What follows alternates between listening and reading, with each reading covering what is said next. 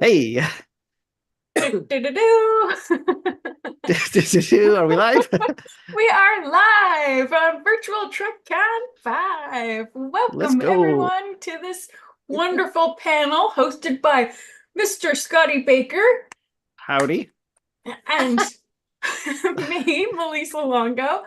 And we have two very special, amazing guests, Tracee Lee Cocco, who has been in numerous episodes of and movies of Star Trek, as well as Randy James here, who's also been in numerous episodes of Star Trek. Welcome, everyone. How are you all Mm, doing? Good. Good. Glad to Good. be here. Thanks for having us. Yeah. Yeah, awesome. You Yay. guys could join us. Thanks for taking out the time. So I know it's super rainy out here in LA. I don't know how it's like where you guys are at, but it's a nice day to sit inside and tell stories about Star Trek. Well, Yes. I think all three of you are in LA except for me. I'm in Colorado, and it's there's a little bit of leftover snow on the ground, but it's almost 60 degrees today. So Oh, Whoa. nice. Yeah. I would like to tell everyone who's watching, first and foremost, like and subscribe to all of the videos that are participating in Virtual TrekCon 5 because it helps us all out.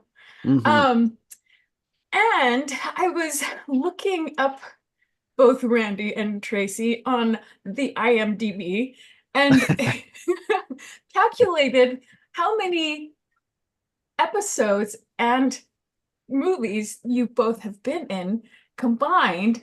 It's 166 combined. Whoa.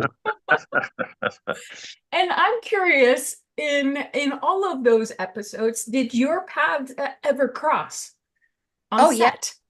Oh yeah. I mean, yeah, for me, Randy. yes, Stefan. I'm sorry, Tracy and I met on the set of the Next Generation on the Enterprise D, and we probably weren't seen together too often, but we were. Definitely on the episode where Worf was going away, and we were all the officers were lined up for that one. And then probably the most likely place to see the two of us at the same time would probably be 10 Forward. But by the way, I'm very envious of Tracee because she got to drive the Enterprise probably more than once. Mm. Yeah. Once. And I got blown up and didn't die. That was good. That's That's great. always good. Yeah. Yeah. Um, I think maybe Randy, we interacted more on Deep Space Nine when I was Aliens, you think? Yep. Yeah. Yeah. nice. I was like 15 of them. So, I mean, God knows I was, yeah. Yeah. Yeah, On board. whenever I'd see a new alien on the set and it'd be a small person and it's like completely unrecognizable. I'd look at her and go, "Is that you, Tracee?" Yep. And it was always, "Yep." Yep. Another one Thomas did for me. Yeah. He was great. He was great. Yeah. Yeah. And Tracee, you posted a picture recently of you on the bridge of the Enterprise, I believe, in Ferengi Oh, clothing. And did you ever find out who you were with, or and what you was know, that no, from? they were saying it. Oh God, where is it? They were saying it on my messages that Tom. Wait. Oh God, an actor guy. It wasn't Dr. Phil. It looked I like him though. Yeah, it did look like it, but it was. Oh, why do I want to say Tom? Oh, Tom something. I don't know. I can get back to you on that, but a couple Sure. people knew exactly who it was, and I Oh, don't even. nice. Mm. Yeah, and I'm like, I don't know. They had me as a Ferengi, and we sat down, and he was there, and I'm like, oh, and then I think the Klingon was who was the Klingon, Randy, that did Klingon wear? In our group. I don't know, In Tracee. our group, in our group, So was there so there you guys were on a bunch of episodes. There were other people that you knew that were also in this sort of group of like, oh hey, how's it going again, Bob? These sort of like sort of background or play small part actors Yeah, that you'd see often. I could say yes. When we had our little group that they would pick to be on the bridge, and it was always kind of the same people. Mhm. Yeah. I mean, at least for me, I don't know about Randy, but because Randy, I don't think you weren't on the bridge with me, were I you? was, but not with you. That's what I was saying. We were rarely seen together, but we worked together all the time. When I was on the bridge, and it was only a few times, and don't ask me what episodes, but well, one of them was Clues. I can tell you that. The one where everybody's laying on the floor 5 times in the episode, and I was one of the people way in the back laying on the floor. There's memes made about that one, but anyway, so I was usually behind Worf, and you'd see the back of my head or body most of the time. And Tracee, I did actually get to drive the Enterprise once. Tom Luckow showed me a photo, and I couldn't tell you what episode. It was not a good shot, though. It was like off from the back behind. You know what I mean? Not like you, where it's full on, you're driving the ship. Yeah, But I did do that once. that was fun. That was fun. So, Now, so oh, never mind. Go ahead. oh no, I was just gonna ask a crazy question. So, have either of you played two different characters in the same episode? Like they want you to be background in this, and now we're gonna Ooh. shoot in 10 forward, and we want you to be a background over there or Yeah. anything? Yeah, I did. I'm sure Wow. Tracee did. No, I did not. Wow. Yeah, How I had was- special 10 forward outfit. So when they put me with Patrick Stewart as his date, or just me walking in there and, drinking, Mhm. it was the turquoise with the purple tights. Yeah, that. Yeah, but 10 you were forward. still the same. I'm sorry, but you were still the same character, right? Yeah, but I was also, I believe in Rascals. They had me as a Ferengi too. So I was a Ferengi, and then I doubled as, this is gonna make you laugh. Patrick Stewart's hands as a little boy when he was on the computer. Those are my hands. They called me in to do that. Yeah. And then I was me on the bridge when the Ferengis come on and take us. Wow. So Yeah. how was the makeup process on that day? Oh, for Like- Ferengis For- are pretty easy. Yeah, but when you were playing multiple, Well, they cut my Ferengi part, so it was pretty quick. oh, okay. Yeah, but I mean, I remember that day I was like, oh my God. And then they called me in to do the hands, and I'm like, oh, I have little boy hands. Okay. So yeah, because obviously they're not going to call Patrick Stewart in to do that. So, and then like in the movie with the Borg, what was that one? Insurrection. Wait, what was that one called? First Contact? First Contact with the Borg Queen. I was her stunt double and played me. But when her arms are grabbing either Data's legs, someone's going up a ladder, and those were my arms. So I had to go in and put the little outfit on me too. Wow. And then when he comes hanging down from the ceiling, Jonathan had me in that contraption, and that was me coming down in this contraption. And yeah. Yeah. That's pretty cool. Speaking of stunts, I was wanting to ask you about your experiences with doing stunts across your whole career. How is that, and how did you get into that? And well, how I got into it basically was when I got on Baywatch. oh, A regular lifeguard on Baywatch for the first till they got canceled. And stunts, like I think I was listening to your interview, Randy, and I think that was the question for you, was if you ever did stunts. Stunts are considered like what we do on the ship when they'd have us fall on the floor or rock and then fall on the floor. Anything like that is considered a stunt. It's not like a major jump off a building stunt, but I basically have a limit of what I would do. And but like Baywatch, and then I got a movie, Another 48 Hours with Eddie Murphy, and they had me running in pumps, which like I don't wear those. I'm not a girly girl like that, but they had me in pumps in a mini skirt, and I remember it was a bar fight, and I ran and jumped over a table, and then that's basically how my Star Trek thing got started. Because Mary Howard, you remember Mary Howard, right, Randy? Oh yeah. She was watching because we were filming on Paramount Lot, and somebody said, you need to go talk to Mary Howard, that she would really like your look for Star Trek. And that's when I was like, oh, okay. I didn't know like it was a big thing. So, and that's basically how I got. You didn't Yeah. know Star Trek was a big thing? Is that what you're Well, saying? I wasn't like, into it. Like, Well, she was Did on you? Baywatch. She was hanging out with all the bodybuilders and the hot chicks, and not, David she wasn't Hasselhoff. Yeah. she wasn't hanging out with the nerds. I was David Listen, Hasselhoff and yeah. Right. But everybody so thinks. I just got to say quickly. I worked on Baywatch once or maybe twice, or it might have been 2 days on the same show. I don't remember. But at any rate, it sounds like, oh, I'm going to get paid to be at the beach. That's going to be great, right? Well, not in December. no. I'm not kidding. I'm dead serious. We went, and then it was, it was sunny and everything, but it was cold. I was wearing my parka when I got down there at 7 a.m. And the first thing they want you to do is get into your swim trunks, so take the coat off, obviously, and they're going to hose you down with sunscreen out of a big tank. I am not kidding. So it was not pleasant or fun. And then we're like in our coats in between takes, and then we got to dump the coats and hide the coats when they're shooting. It was just like, no, this isn't fun at all.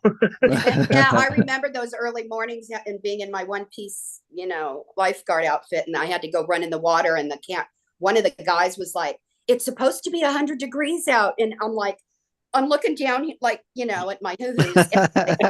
You try getting in the water at this hour and make them not go boingy boing. I mean, you know what I'm saying? Like, but they did spray us like with tanning thing, and that was really cold, but and we never, and Randy can vouch to this. We never ran in slow motion. Okay. Oh man, really? Yeah. Okay. I was gonna ask you to demonstrate your slow motion run for us. Oh, it wouldn't get that many likes, trust me. Well, on the other extreme, on Star Trek, you were in all this makeup and stuff. Did you ever have to shoot one of these scenes where you're out in the desert and it's like 1,000,000 degrees and you're caked in the makeup Not stuff? me. Not No? me. No. Lucky, huh? Lucky.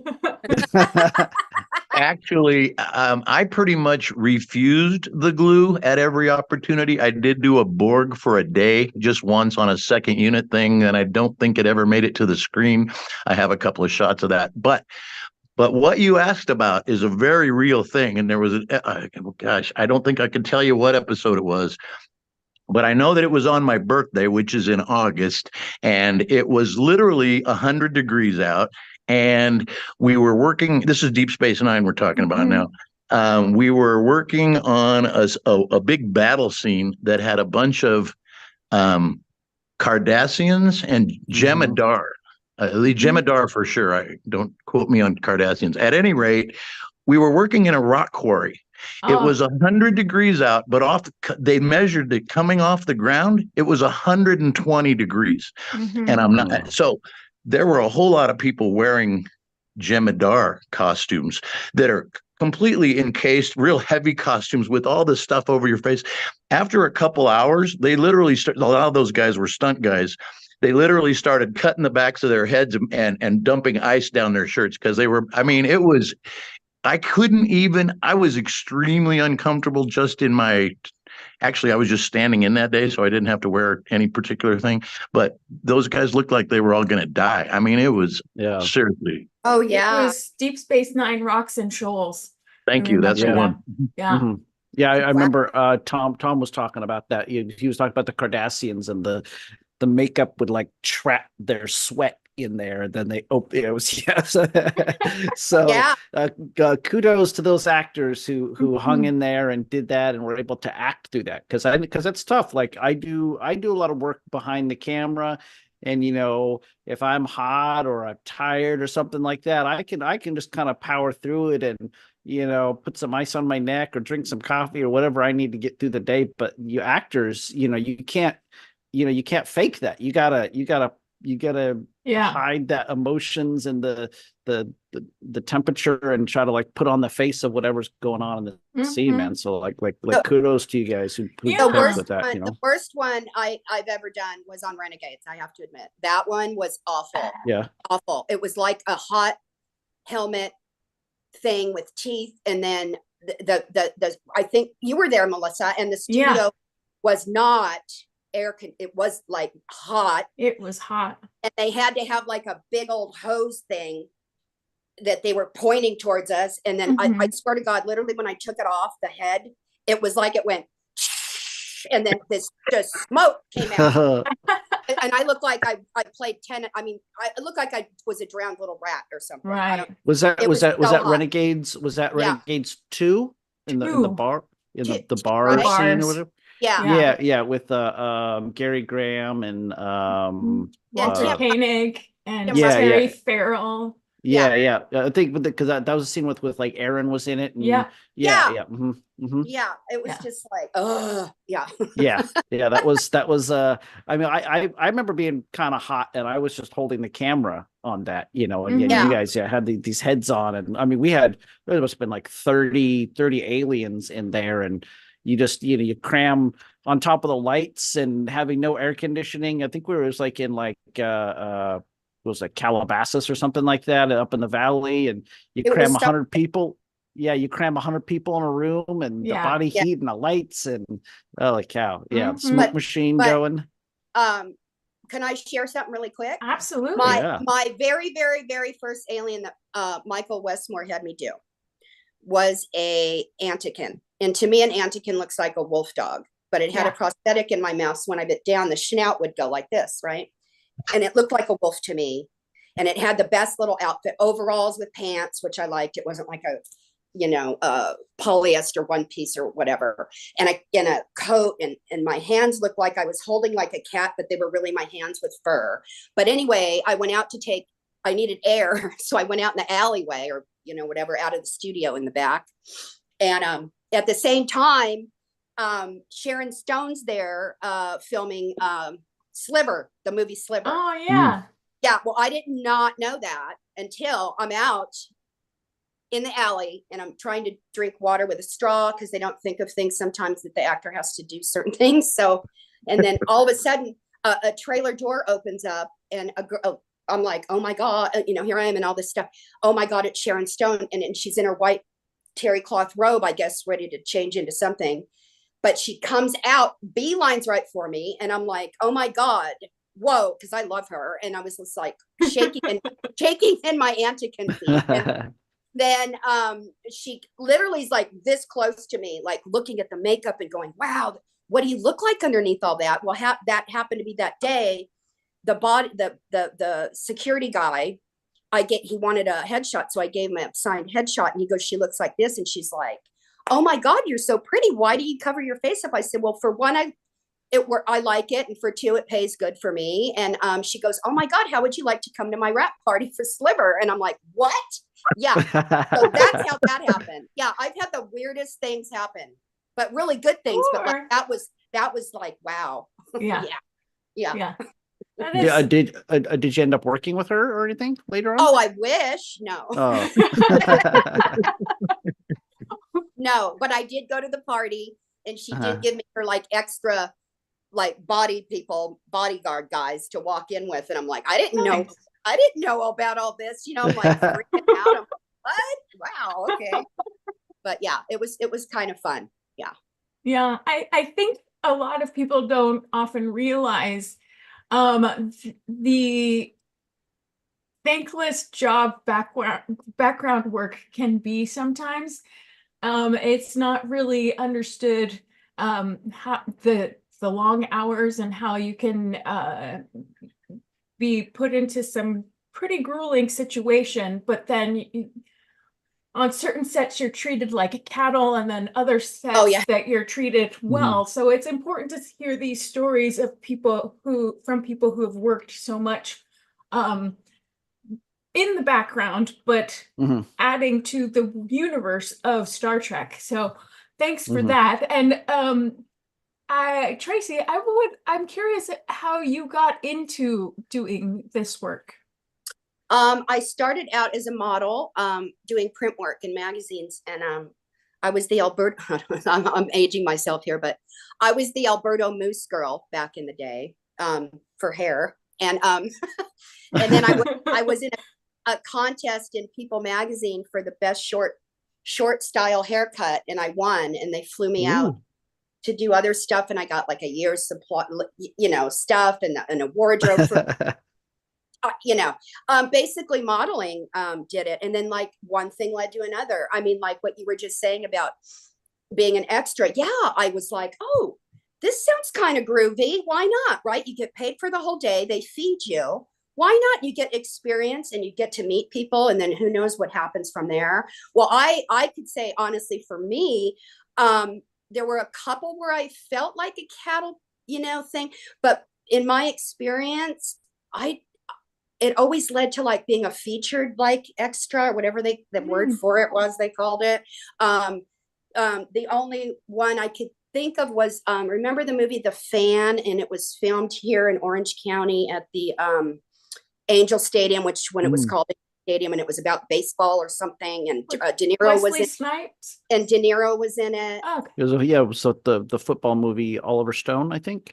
Yeah. Is that it? God, who was the Was guy? that, or is that a different one? Sorry, maybe I'm wrong. It was a different one, but the director liked rain. Well, it was already raining.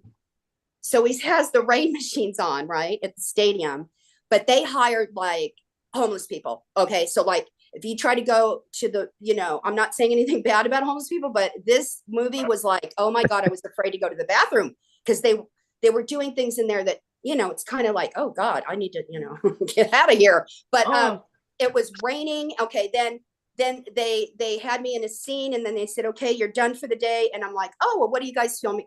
That's just me. I always ask stuff. What are you guys filming next? And they said this, and I'm like, oh, okay. So I go to my car and had a wig. I put my wig on, came up, and I was like, yeah, I'm here for the next whatever. And they gave me a part because they don't think that you can do that. They don't think like out of the box. Like, okay, you look at me and Randy right now and you're like, oh, well, we're doing like a biker movie. Well, Randy could be a biker. I totally could be. You know what I'm saying? They don't kind of think that way until it's right in their face. But the Fan movie was but I was sitting next to De Niro, and he's really cool, and he's really shy, and he liked my hair. Oh. Yeah, but I'm sorry, I'm going off. You know me, I'm Italian. Blah blah blah. But and then Randy, I see you've done a lot of like stand-in work. So maybe like first, like for the people at home who don't really know what a stand-in does, maybe like kind of give them a rundown. I'm really glad you asked me that question because, I did a panel a couple of days ago, and I've seen some of the responses, and I know that a lot of people don't know what a stand-in does. And if you don't know, don't feel dumb, because I got to tell you that I had no clue what a stand-in was until I became one, pretty much. But literally, I mean, until you're on a movie set, you've never heard of a stand-in and you don't know what they do. A lot of people think that we are photo doubles, and we're not. Usually that's a separate thing. I'll break it down. When you're a stand-in, you are going to be around the same height and coloring as an actor. When the actors are Kardashians and they're gray or what, the coloring is not as important. My point is, so basically what you do is, it's our job to watch the first rehearsal very closely. You have one actor you're standing in for, and you watch what they do. They do a couple of rehearsals, and the director and the director of photography talk about what shots they're going to do. And they literally make marks on the floor in different colors for each actor. And then, that you're going to stand on the green mark or whatever it is. And then when they're done with that, the actors go away and the camera department starts setting up the shot and with the lighting guys. And this can take 10 minutes. It can take 4 hours. It depends on the shot. It depends on what we have to do. But basically, we take the place of the actors for the sake of the lighting and the camera guys. In fact, a lot of people don't realize, and everything's different now because it's all digital, but back in those days, film cameras on a dolly, they have to make marks for the camera too. So a camera might move 4 or 5 times during a scene. And so we help set that up. We do not have to be in costume, et cetera, but now they can put a costume on us and get a free extra because we're already there, and we don't mind that, especially because it means we're going to be in Star Trek. Sirach asked me the other day, did we do background when we weren't standing in? And the answer was yes. But for me personally, I almost always had someone to stand in for. I was assigned to O'Brien, but if he wasn't there, I would stand in for Ducat, or I would stand in for Garrick. I got to be one of the first people to ever see Garrick and Bashir sit at the table and have their little conversations that they amazing. had. Yeah, I mean, and so you watch the rehearsal, and then anyway, so that's what a stand-in does. Now, a photo double is someone who either looks a lot more like them, or they're going to make them up and put wigs on with the purpose. And especially these were useful in Star Trek when you've got two Bashirs in the same scene, or you have two Nanas in the same scene, which we did those things. We had three Brents on Next Generation Brothers. Brent Spiner was playing Data and Lore. They looked alike, obviously. And then Soong, the old man. So for that show, we had Data, we had a photo double to shoot over his shoulder. I was there standing in, but then sometimes we would do hand inserts. So there's a shot in that particular episode where Soong reaches out and touches Data's face and says, "I've always loved that face." and so obviously it's the same actor reaching out and touching his own face. So they made up my hand like Soong, and then I reached in to be the hand touching Data's face. I mean, there's all kinds of movie magic that you learn about while you're doing this stuff. Yeah, and also part of it, I know, being being a cinematographer myself, working with stand-ins, is sometimes you as a stand-in have to communicate with the actor because you've rehearsed it 3 or 4 times with the camera, and maybe they've changed the blocking a little bit, and they're like, okay, now you're gonna go and stand, and you're gonna end up over here instead of end up over here, or something like that. That's absolutely true. So yeah, it'd be like, okay, so we moved your marker a little bit. Watch your knee right here. Or yeah. Yeah. I have a few things. First, Randy, can you show everyone your shirt, because it's a callback from your interview from previously. Can you see it? Not much. Yeah. Nobody knows how much changeling. That was a crew gift from Ira Stephen Bear to Deep Space Nine, season 4. Let me show you the back real quick if I can. If I can, I'm not sure it's going to work. Can you see it? Deep Space Nine, season 4. We're everywhere. We're everywhere. Yeah. Nice. Yes. Wow, that's awesome. That sure looks great. Feels like you've had it in a case or a special box or something like that this whole time. I've not worn it much in 30 years, but I decided that it was a fun thing to wear to conventions, which I've recently started doing. So, and then the other day it was kind of a hit, so I thought I'd wear it, but I can't. So now I'm just nobody. That's not true. Not true. Also, Faith Howell in the live chat says, I want to know if there was anything said at the time about how Tracee goes on dates with half of the Enterprise's senior staff over the years. I did. I have a follow-up question to that. I did. Oh my God. I was always usually Patrick's date. But then I watched, when BBC plays the next gen, like over and, like the next one after another. And I was watching, and oh my God, I was Worf's date and I was Jonathan's date. So yeah, I guess I got around, but not that way. They were like my guy buddies. Yeah. There were only so many people on that ship. I'm just saying. Right. But the follow-up to that is, I know that both Tracee and Randy got character names on during your time on set. So how did those names come about for each? Mine was by accident. Jonathan gave it to me, and I went up to him a couple conventions ago in Vegas, and he's like, "Oh, I love you," and I go, "I love you too," and I go, "Thanks for you're the one who gave me that name," and he goes, "Oh my God, I did, huh?" And I go, "Yeah, by accident," and he goes, "Oh my God, that was right, yeah," because when he said it, he was supposed to say Lieutenant JG, but he said Lieutenant J, and nobody did anything. Because usually they're like, oh, that's, that correction, that's not right. But they didn't. And I just ran with it. And I spelled it JAE. And then now everybody, it's just like crazy weird how that happened. But yeah, mine was by yeah. That's never been in the credits, am I right?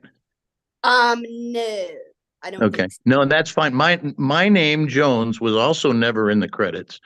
And this actually, I'll try not to make this too long, but this is kind of a 3-part answer. It has a couple of tangents, and it's actually kind of funny.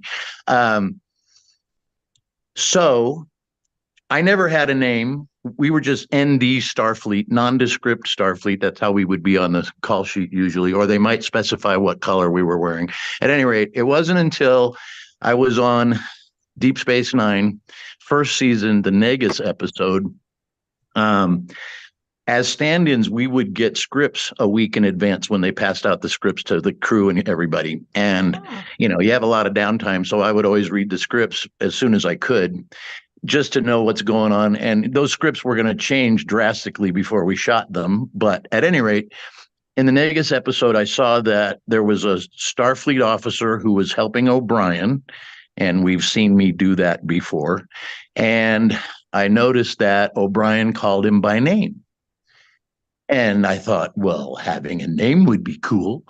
So I've already been featured as a security guard and that kind of thing a number of times. At any rate, so I asked the AD if I could do that scene, and they kind of said sure, because now they didn't have to think about who am I going to have do it. And so when we shot the scene, it's in ops.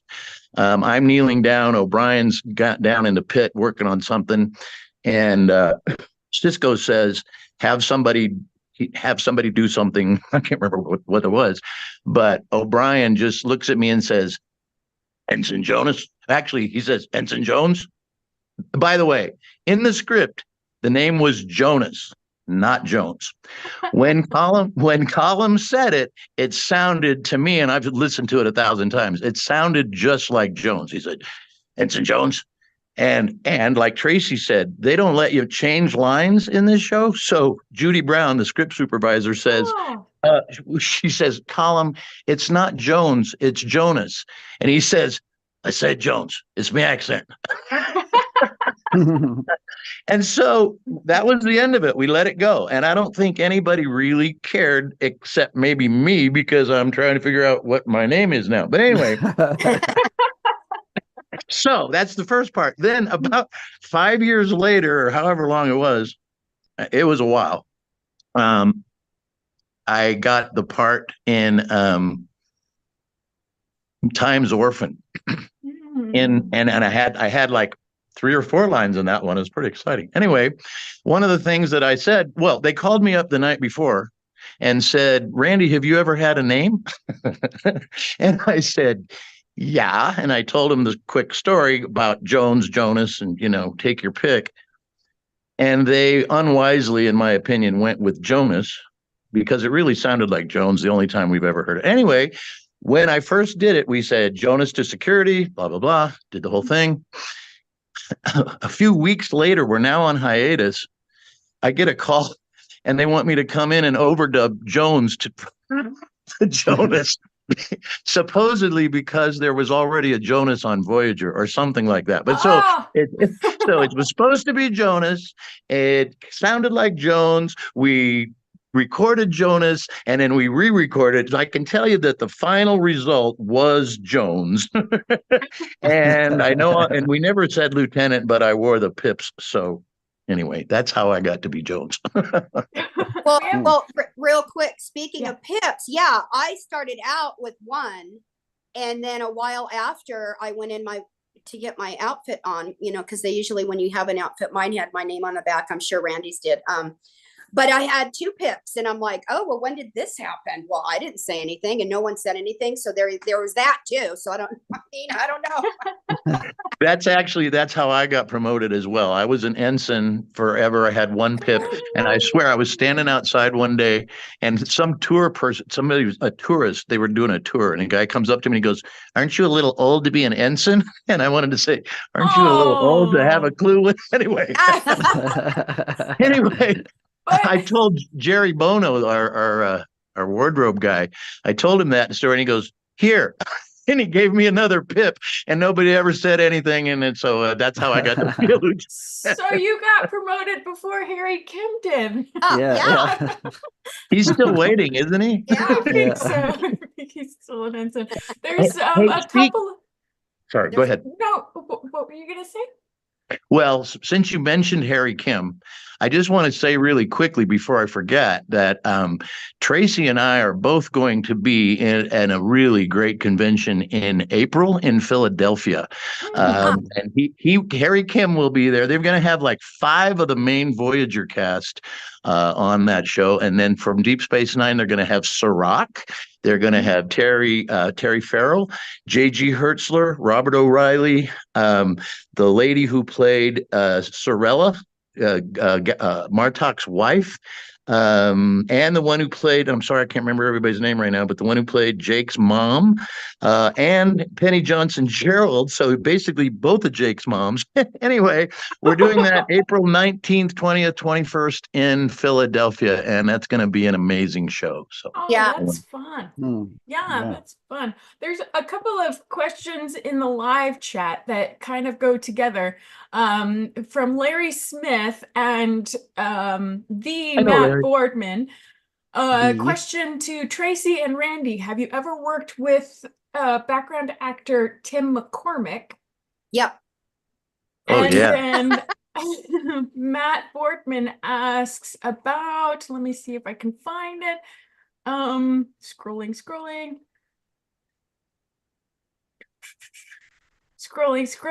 Stunt people Tom Morga or Leslie Hoffman. Yes. Yes. Yeah. Yep, all those people. Let me just say, Tim McCormick was actually Data's stand-in for as long as I knew, like probably 5 years. I think he finally left before the show was over. But anyway, I knew him as Spike. That's how he went by. He was actually, and I have to say, sadly, that he passed away in his sleep about a year or two ago, and it was really, really sad to hear that. But at any rate, he was kind of what inspired me. I mean, I was an extra. We were all non-union during the first few years of Next Generation, and I saw his job, and I saw that the crew all knew him and liked him, and I just thought, well, that's a cool job, and so that's why I totally went for it when they started up Deep Space Nine, and O'Brien was going over there. I'm like, yeah, that's the job I want, and I was really lucky to get it. But anyway, Spike was a great guy. Tom Morga was a stunt guy, worked on a lot of stuff in Deep Space Nine with us, and Leslie Hoffman. Also, she played. I remember one of the stunts she did was falling down the stairs as Garrick's mom, and that one was pretty hard on her, as I recall. But I was there that day. Oh, right. I remember that scene. That was her. Wow. Yeah. Yeah. That must have been a Matt Boardman difficult. rented a room from Leslie when he first moved to LA. So, Yeah. and now he's doing stuff. What a small world, huh? Yeah. Wow. I have about stunts, Melissa. Yeah. My hi, I'm gonna raise my hand. Tell stories. Come on. More. Yeah, well, okay. Yeah, being on Star Trek changed my life. Okay. And then, like I said, one thing led to another. My God, I was in over 100 episodes. Then I was on Deep Space Nine and Voyager as 15 or more different aliens. I was in the first 3 movies. But Jonathan came up about the movie Generations. I don't know if y'all know this, but in the script, the person who was flying the ship in that movie was supposed to die. Well, he came up. I did not know this, but a fan told me, and he came up and he goes, I hear you did, you do stunts. And I'm like, well, it depends on what they are. And he goes, well, it'll be working with explosives. And I'm like, oh, that sounds fun. So he said he couldn't find anybody that looked like me. So he asked me wanted to do it. And I'm like, yeah, well, that was my first stunt contract. So I have a photo of me signing it outside on the bench, and I was all excited, and I had my trailer, and I was like so excited. And then all I remember them saying was, when I found out that the person was supposed to die, I looked at Jonathan. I go, am I going to die? Because I really don't want to. And I wanted, because I know you're going to come back with other movies and I don't want to die. Can I not die? And he goes, we could do that. And I'm like, oh my God, okay. So we did the stunt, and all I remember them saying was, when I say action, don't look to the right, because that is going to come at you and it's going to, hit you. So I remember doing it. And then I found out this little tidbit from Marina. We were at a panel, and she said that, that she always would blame me for crashing the ship. And I said, no. I got blown out of my chair. You took control. She goes, but you never told me how to drive it. And she's like, how that whole happened when you blew up and you went. I go, what? And she goes, we had to do 2 takes. And I'm like, yeah, I remember doing 2 takes. And I'm like, why would we have to do 2 takes? That one was so good. It was so exciting. Okay, I'll do another one. I was like a little kid doing, yeah. So then she goes, because when I sat down, my bum got burned because all the ashes were on my ass. So they had That's actually a very good Marina impression. Yeah. So they had to give her a new outfit. That's why we had to do 2 takes. Oh, But yeah, man. But they'd have me, Mary would have me, they'd have a limo pick me up, go to Paramount, get duded up in a Ferengi. No, I didn't get duded up. They flew me to Miami, and I was with the Klingon guy. And I know, God, I'm having a brain fade on his name. He used to play Klingon makeup all the time. Anyway, we went to Miami. I'm on walking the streets with him, Klingon guy, in Miami in Ferengi wear. Okay. Oh my God, it was hysterical. But they'd have me do the cool things, and then they called me to do the convention here when it was here, when Anaheim Convention Center, is it still called that? I don't know. They keep changing names. Anyway, they had me in full Borg wear to be with the pinball game, and so to promote their pinball game. And I remember getting a patted on my shoulder, and I turn around, and it's this guy from Williams Bally Midway, the big designer of the pinball games that are everywhere. And he liked my voice so much. He goes, would you like, I'm coming out with one for Demolition Man. Would you like to be the computer voice in the game? And I'm like, oh my God, I was a cop in the movie. He goes, oh my God, we could fly your outfit that you wore. So that's how that started. So every time it's on YouTube, it's hysterical. It is. It's the pinball game promo. And if you watch it, you're going to die laughing, because they had me sitting on top of the game. Oh my God, saying, you have 1 ball left, shoot the right ramp. It was like, oh my God. Yeah. So I've done a lot of that stuff too. But I'm telling you, Star Trek, it was like from that, you know what I mean? Star Trek started kind of everything. It was like the coolest thing ever. Yeah. Yeah. Kieran Gladman in the live chat. Kieran! Do you know who that is? Well, Kieran asks, what was the funniest thing you had to perform as a stand-in for both Tracee and Randy? Well, he was more of a stand-in, but even one of the funniest stories. I mean, that Marina story was pretty funny, but that's pretty funny. Oh, well, okay, really quick, Randy. This will be like really quick for me. I think it was like the first month or week. I don't know. Anyway, when I got on the show, Marina and I didn't like each other in the beginning because I was the new girl. So anyway, because I was always basically on the bridge. Because when I get the call sheet, it said me, and I was always on the bridge. So I knew I'd work 3 times a week, on the bridge. And then anything else they had me do, I would do it. It would be like the Mikey commercial. Let's get Mikey to do it. And that would be me. So I do it. See, where was I going with this? Oh, okay. Yeah. So the first week, okay. They thought it would be funny because back then, Randy, remember when the doors, they'd have somebody with the green and the red light behind the thing, and they'd open and close, right? Well, they decided not to open it when I was supposed to. Yeah. And so that was my funny story, but Randy probably has more because he was more of a, Yeah. I mean, I my mind, the way I'm sorry, you asked me a good question, and I'm sure I have a good answer, but I can't really think of it right now. I will tell, but I'll take this opportunity to tell my funniest, I think, story. And I wasn't standing in a scene, and I'm sorry if that's not the answer to the question. Anyway, we were doing on Deep Space. We were doing the Ryza episode. What is it called? Let No Man. Oh God. Well, anyway, it was the Ryza episode, and everybody's in swimsuits, and Armin is wearing his tropical clothes. I called him Armin Miranda. He thought that was funny. Anyway, so we're down in Malibu doing the show, and that day I was only standing in. I was not in costume at all, and we were in between scenes, and Armin and I both didn't have to work for a couple hours because they were doing another scene. And Armin walks up to the AD, and he's in full Quark drag, and says, I want to walk up to the pier. And first of all, I didn't think they'd even let him do it, but the AD looked at him kind of funny, and I said, you know what?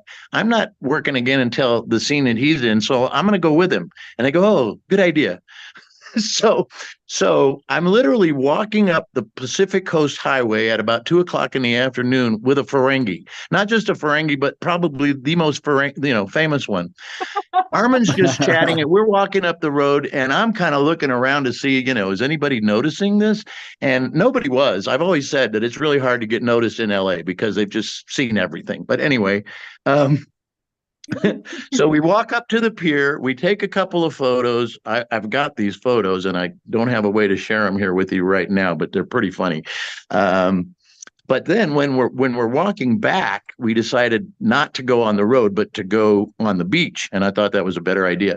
So we get about 20 feet onto the beach, and there's a group of tourists out on the beach, and this lady sees Armin, and she comes up, she goes, "Oh, what is it you're doing?" And without missing a beat, Armin goes, "Yeah, I used to swim at this beach when I was a kid, and this is what happened to me."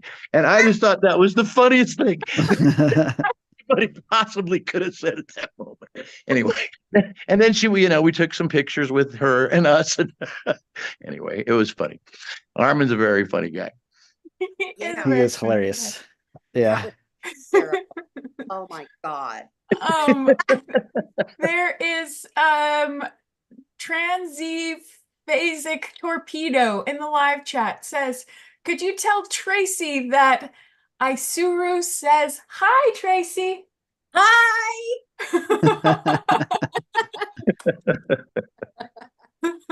And everyone's chat people. I love it. Yeah. So good. Oh, and Larry Smith says, ooh, Tracee and Marina catfighting? No, never like that. But yeah, now we love each other. But yeah, when I first started, it's like the new person on the block. I don't know, but yeah, I was like wowed when I was on the bridge a lot. Well, obviously, you know that, but yeah. So. Well, I want to, as long as we're kind of right there, I wanted to address something that I said the other day that a few people reacted to, and I said something about on Next Generation, the actors didn't really want to talk to us, and that was actually true with exceptions, Frakes, Spiner, but I'm talking about when you're new, number one, but also it was not unique to that cast or that show. When we signed up to be extras, we were given a sheet of on-set rules behavior. And the number one, I'm sure, was be quiet, which is obviously not real easy for me. Anyway, but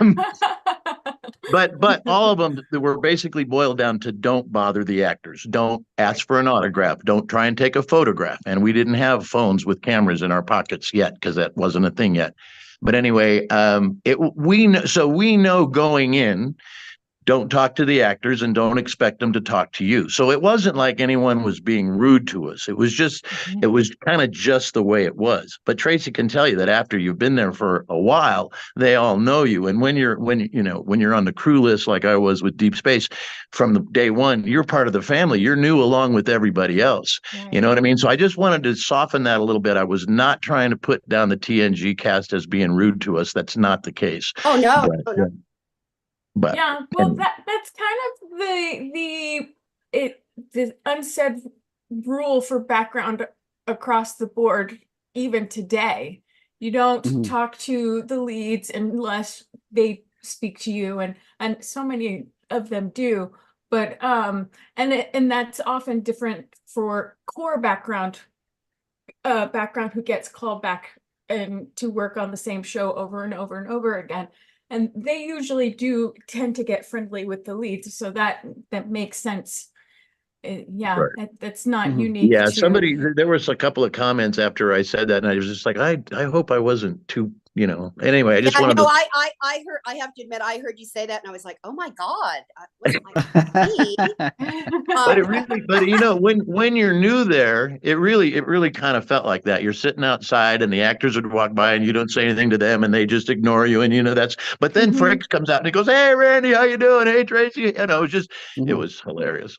yeah, like, What? I mean, 'cause I was always on the bridge basically most of the time. But Michael Dorn and I would talk. I mean, LeVar, I was right next to him, and he one day came out and said, "So, do you cook?" And I'm like, dinner or like what? And he's like, yeah. And I'm like, yeah. And he goes, well, what are you gonna? I mean, we talked about like what I was making that night, and I think I remember I told him salmon with dill sauce, and he was like, oh my God. I mean, and then like Michael Dorn and I have to tell you, Michael has some soft, they had a little kissy kiss. Wow. Yeah, he was a cutie patootie. There's a picture of him and I at a premiere, and when he was a little bit more beefier, I guess you would say, because he's a vegan now or something, so he's trimmed down or something. But he was a little bigger, muscle. I don't know, but just he looks different now. But there's a picture of him and I look like, oh God, what was I wearing at that thing? A gold suit? I don't know, like a mustard color. Oh, it was gross. But there's a picture of him and I there. And then just recently in Vegas, we did another, he was over my shoulder, like doing this kind of hug, and his face is here. And he's just adorbs. All of them were so, I don't know, welcoming and funny. And oh God, the outtakes. I mean, to this day, Jonathan says when he's in a bummer mood and wants to laugh, he puts on the one, him chasing me down the corridor. I mean, that was like, that's gotten so many views. I can't even, I mean, like tons. He goes, yeah, there's a lot of them. And it just happened. I was doing my thing, walking down the corridor, and he does the double thing. Well, you guys have probably seen it. And then he calls me by my name, and I take off running.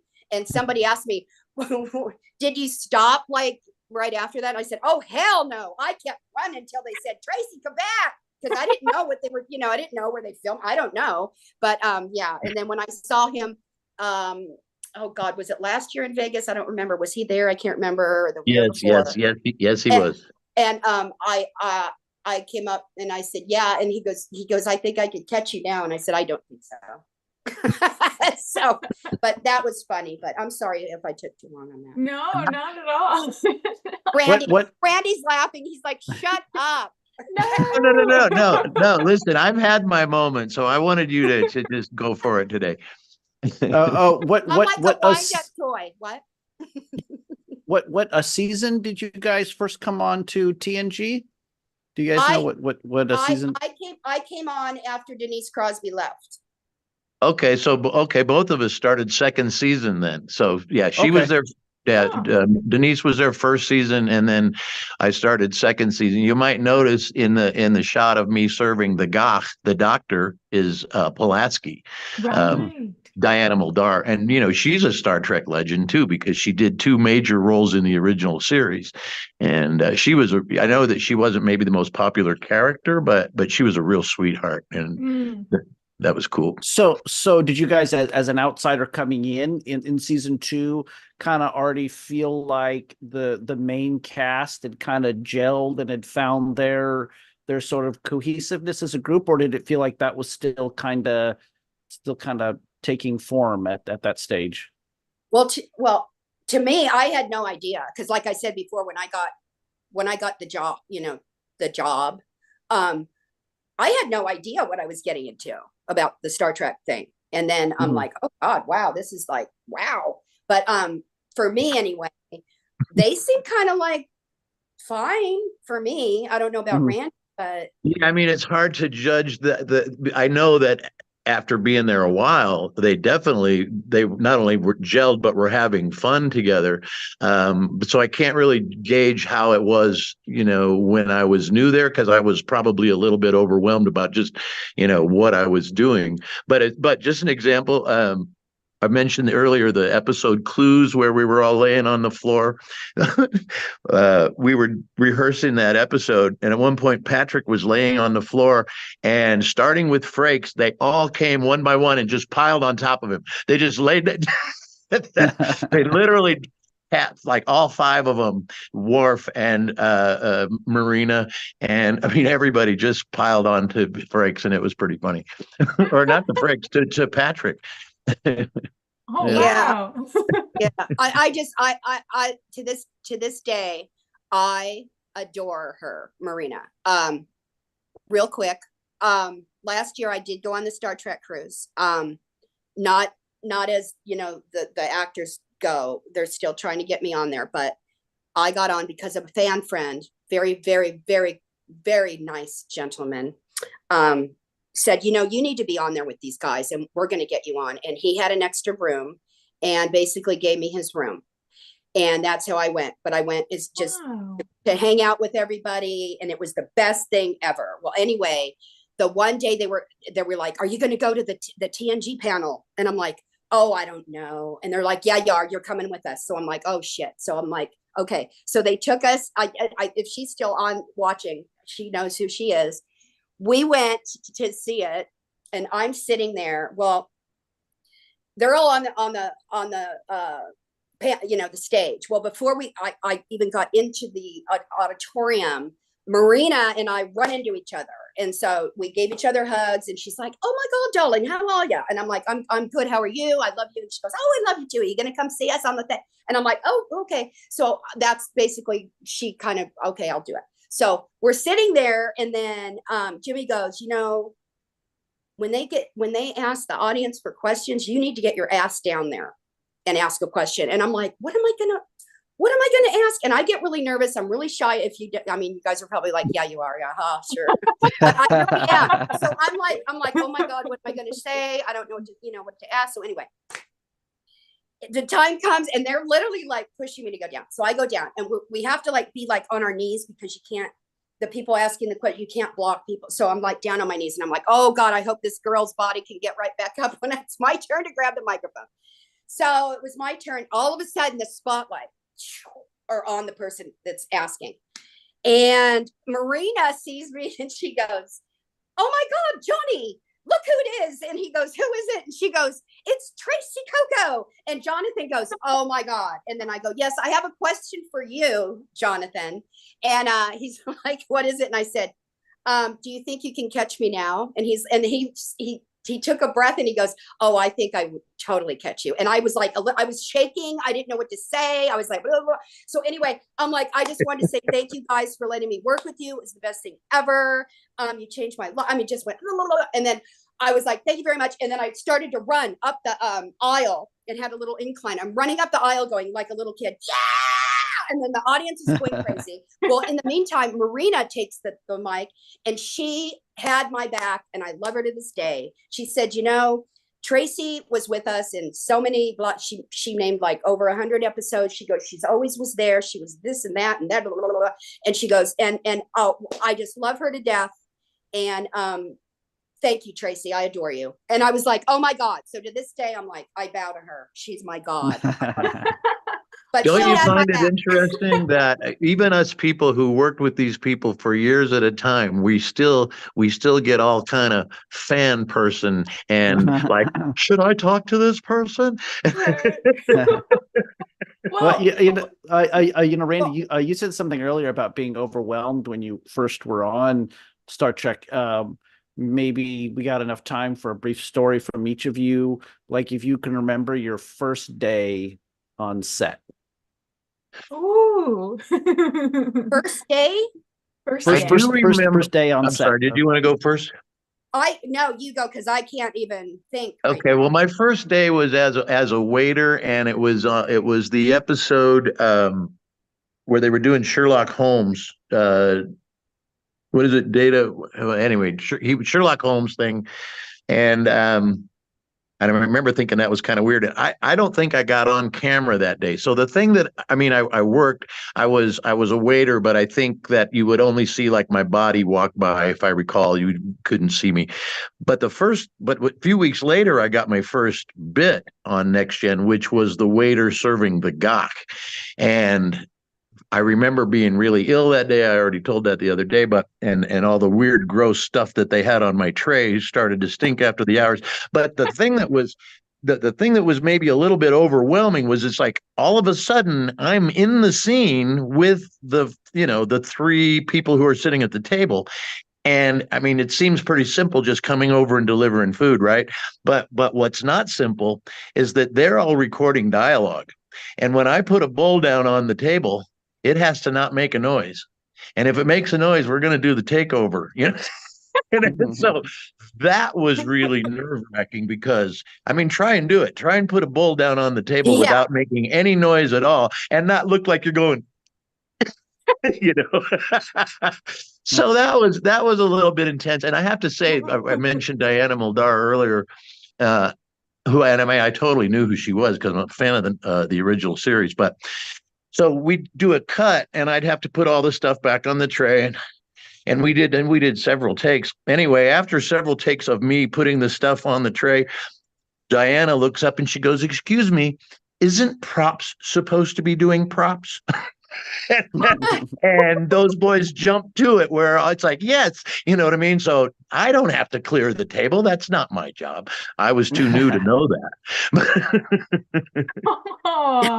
Oh, and Matt Boardman and Allison Leach Hyde say that episode was elementary, dear data. Thank you. And I knew that, but I could not think of it on the spot. Thank you. Yeah, that's why we have the chat. They're here to tell us all the answers. They know everything. Yeah. Well, maybe they would know my first episode, what I did, because I'm having a brain fade and all I remember is I was wearing the black and gold and I was on the bridge, I think. That's a pretty good spot to get on the bridge first time. So,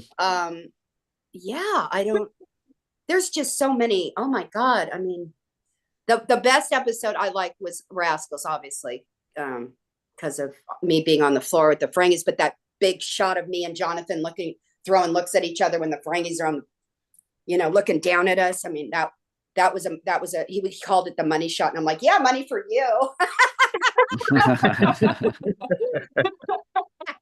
But, yeah. Yeah.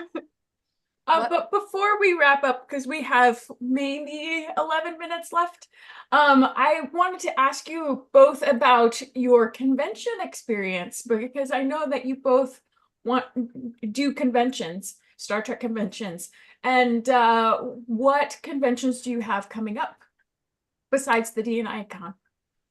Oh, well, coming up this year. Oh, okay. Yeah. Well, Randy, blah, blah, blah.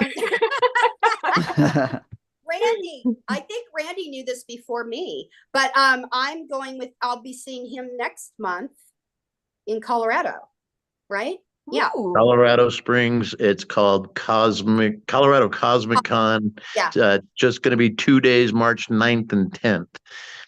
So yeah. And then after that, Randy and I are doing the one he mentioned earlier, the D&I Con in Philadelphia. Yep. And then she's doing Vegas, and then I'm working on that. I want to do the Vegas show this year, but I have not managed to make that happen yet. They're having me do a lot more this time in Vegas, which is great. So I'm kind of on the contract, which is nice. So so it's going to be fun. So I get it'll be fun. Photo ops and other stuff and meet and greets and panels. I have to say that since you asked that question, Tracee's actually, I never started doing conventions until the first one I did was a year ago in Rochester in June. So, and Tracee and I were both there, but Tracee was part of the inspiration for me to do conventions because I mean, I didn't really think I'll be honest, I didn't think that I had done enough to warrant being at a convention. But when I saw that she was doing them all the time, I'm like, I mean, no offense, but it's like, if she can do it, I can do it. Yeah. I started my run in 2012, I was at the London Comic Con in the UK, then FedCon in Germany, and then Australia. So I started like 2010, maybe. Yeah, so that's a long time, and so I've really just started, and it's so much fun because you get to see people that you haven't seen in so long or that you used to work with, and and then meet all the fans who it's a good time. I enjoy it. Yeah, it's fun. It's like to me, I love it, and it's like when I mean, I have a booking guy, Johnny Severson, but like, I've talked to him, and he knows I'm not signed with him exclusive. So I want to work. I like to work. I have fun when I work. It makes me like a little kid. It brings that little kid in me. I want to work. So I try to get some for me too.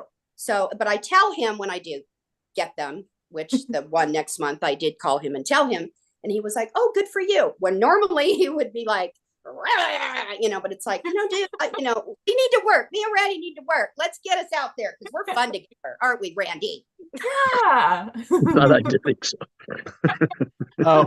Word dog. Like, he can't. I get him off guard sometimes, and he just doesn't know how to think about me because I'm just so flighty weird. I don't know. I'm sorry, Randy.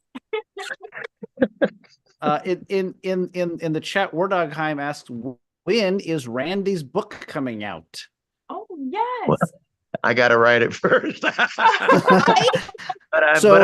3-4 weeks, maybe? Is that what we're talking about? I'm sorry, what? 3 or 4 weeks. 3 or 4 weeks? No. I mean, I've been thinking about this for a long time. I actually smuggled a camera onto the set pretty much every day on Deep Space Nine, and that wasn't a big deal there. I mean, because I was part of the crew, and so I've got a lot of behind the scenes shots that I've not shared on Facebook because I'm saving them for what I think would make a fun book. And the fact that people are starting to get interested in that idea means I got to get busy and write the damn book. So I will keep everyone posted on that one. All right. Yay. Oh, but I also wanted to know the fan reception when you're at conventions. How has that been for you both?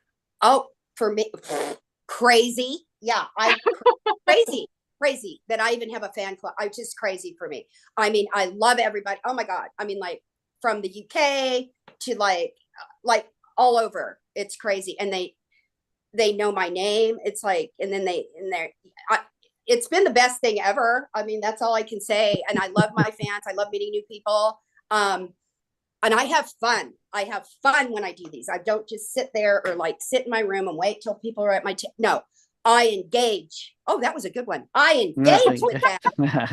I kind of try to give them a fun experience because, these people like save up forever, like to do these and go and, they have their people that they want to get photos with. And, I've heard stories, about, they waited in line to see this a certain person. And when they got up there, they were just heartbroken because the way they, I just don't get that part of it. Like, when you go do these things, it's fun. I mean, it's fun. And they like a good experience. And even the little kids, I mean, oh my God. And they dress dogs up and stuff. I mean, it's so fun. I enjoy it. I mean, like I told you, I act like it brings out the little kid in me. It gives me so much energy, and I spend all that energy when I work and do them, that when I get home, I literally don't call me.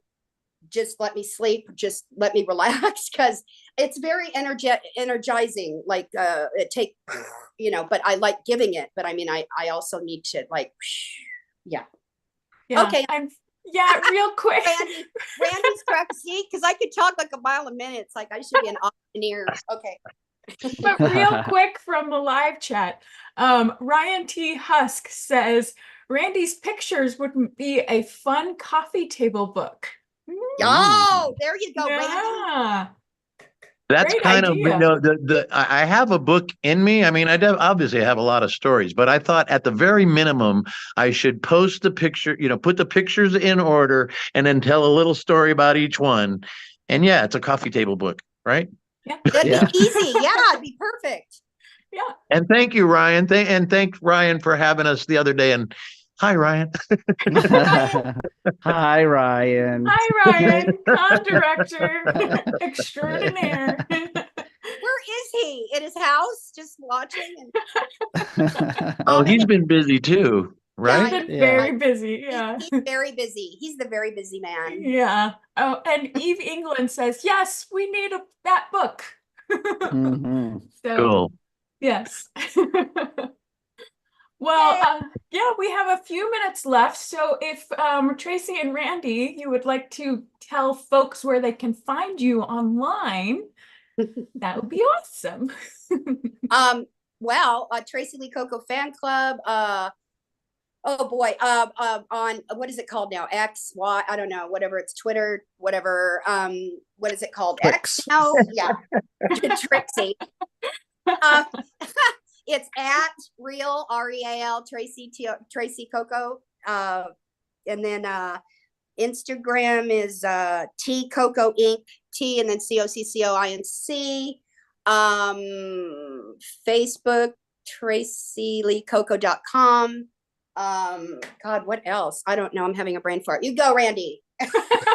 Don't forget, she has J spotting that somebody Okay, built yes. for her, which is Thank we, you, and I'd Randy. love to kind of have a J-spotting. thing like that where people post photos like, oh, I saw Jones last night, but they do it for her all the time. Spotting, yeah. So I just have a Randy James actor public page on Facebook. I don't Twitter, and I don't at this time Instagram, although Facebook's really kind of pushing me to do that. But at any rate, right now it's all about Facebook. Randy James actor. This is where I'm at. And Awesome. please follow and join in the fun because I do share photos of screenshots and little stories and that kind of thing. Yeah. So. Yeah. I mean, I have my private, page, but I'm sure everybody knows it by now. But anyway, yeah, I post a lot of stuff on everything, so everybody can basically see, what I post on. Mhm. Yeah, and you can go to Memory Alpha. Oh. If you guys want to take a deep dive into all the characters that Tracee and Randy have played, that's fun to kind of go and look. Oh my God, yeah, that was him in that thing, and that was her there, and it was a fun dive to kind of sort through those things and kind of see all that stuff. Thank you. Yeah, thank you for that, Scotty, because it's somebody else, I didn't do any of the input on Memory Alpha, but it knows the story of my Star Trek life. I mean, it tells every time I walk down the hallway. I'm not kidding. So seriously, that is a really good reference. And I'm sure that somebody really filled in the info for me, and I'm sure they've done the same thing for Tracee. So that's a really good resource, actually. Yeah, it is. Because my girlfriend Gloria had me look at it one day, and I was shocked. I was like, wow, I've done a lot of movies that, oh my God, I totally forgot about it. Barbed Wire with Pamela Sue Anderson. I mean, yes. great. Yeah, but yeah, that's a good one. That's a good one, yeah. But you know what, you guys, thanks for having us. We enjoyed it. Yeah. Thanks for Thanks being for coming here. on. Yeah, and chatting with us and telling us so many amazing stories. And so it's been so much fun because you both have such great high energy, and it's wonderful. It's wonderful. But for folks out there, stick around. Virtual TrekCon 5 continues. It never ends. It never ends. So the link for the next video is right below. So go there and enjoy the rest of the convention. Thank you for being here. We love you. We love you too. Thank you so much for all that you do. I'll see you, Randy, next month. Yeah. All right. Bye, guys. Take care. Bye.